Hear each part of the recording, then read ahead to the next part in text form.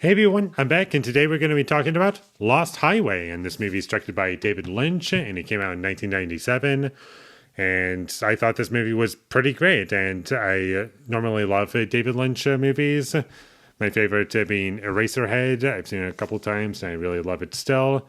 And I also love Blue Velvet. This is a really great one as well.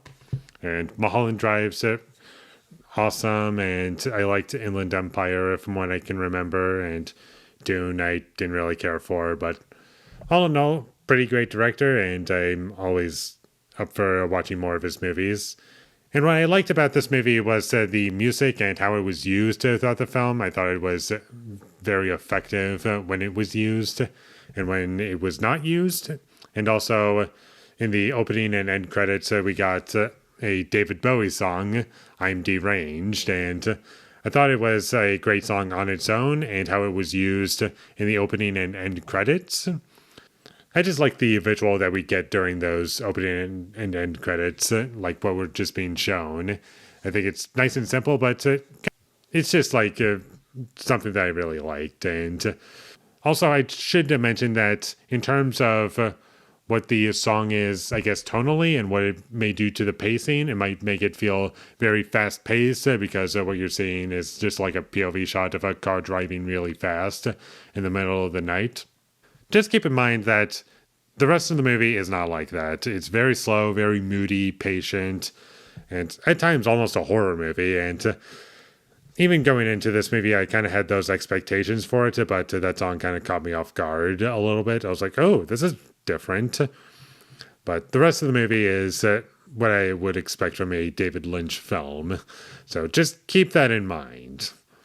I love the stylistic choices. I love how I can tell this is a movie from David Lynch, and everything that you would want from a movie from him is found in this movie. It's very well shot, and also the acting's pretty great for the most part, and it has great sound design as well. And I just love how unpredictable this story is. Like, even though you can kind of get a good understanding of what each scene is going for individually, but once you combine it all and to really think about the movie as a whole, it is going to ask you to really think about a lot of things. And I do feel as though this is a challenging movie that really asks you to think about a lot of things. And I did take a decent amount of notes that were not necessarily good or bad things, but just things to like think about and to just keep in mind. And like with the videotapes, I was kind of reminded a little bit of Cachet. And I know that movie came out after this, and very different movies. And if you were to just judge those movies side by side, you would come to the conclusion that they're nothing alike. And this movie is almost 2.5 hours long. While I don't feel as though this is a fast-paced movie, it is a slow burn. I do feel as though it's a slow burn with purpose, and I wasn't really bored. And I can see some people being really bored by this and just not into it at all. But one thing that kept me going throughout the entire movie was the characters. I found them to be very interesting, and the things that this movie was implying and trying to hint at, I thought was pretty great, and the way it was handled, I loved.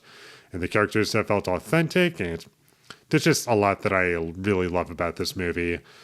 There's also plenty of interpretations and meaning that you can take away from this film, and I love that.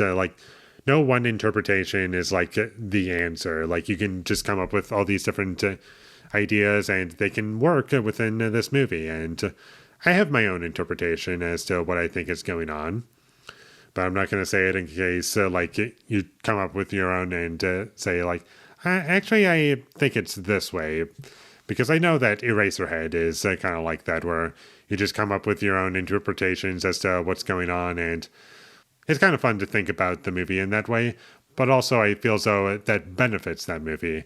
And here I think that's the same thing as well, is that you just interpret the movie however you want, and if you really think about it, it can benefit the movie a lot. And I also feel as though this movie would benefit from multiple viewings, and for me personally, I think it's a little difficult for me to say everything from every single detail about this movie because I've only seen it the one time, and I did love what I got out of it, and I would love to see it again, but I'm curious as to what I'll get out of it a second time. And the only issues that I have with this movie are just a couple of stock sound effects that I was like, why is this here? And I kind of was a little bit disappointed when those came up because I just know that we're above this, and they just stood out as kind of odd to me. And also, there was one performance from a minor character that I found to be kind of weak. It was just one guy who was tailgating, and I just feel as though he wasn't that great. I would highly recommend that you check this movie out if you're a fan of David Lynch movies. If you don't like David Lynch movies, I would say skip this one because you're not really going to get much out of it. And you're just going to walk away thinking it was weird and strange and you had no idea what was going on. It was 2.5 hours that you're just never going to get back. But I personally didn't mind the runtime.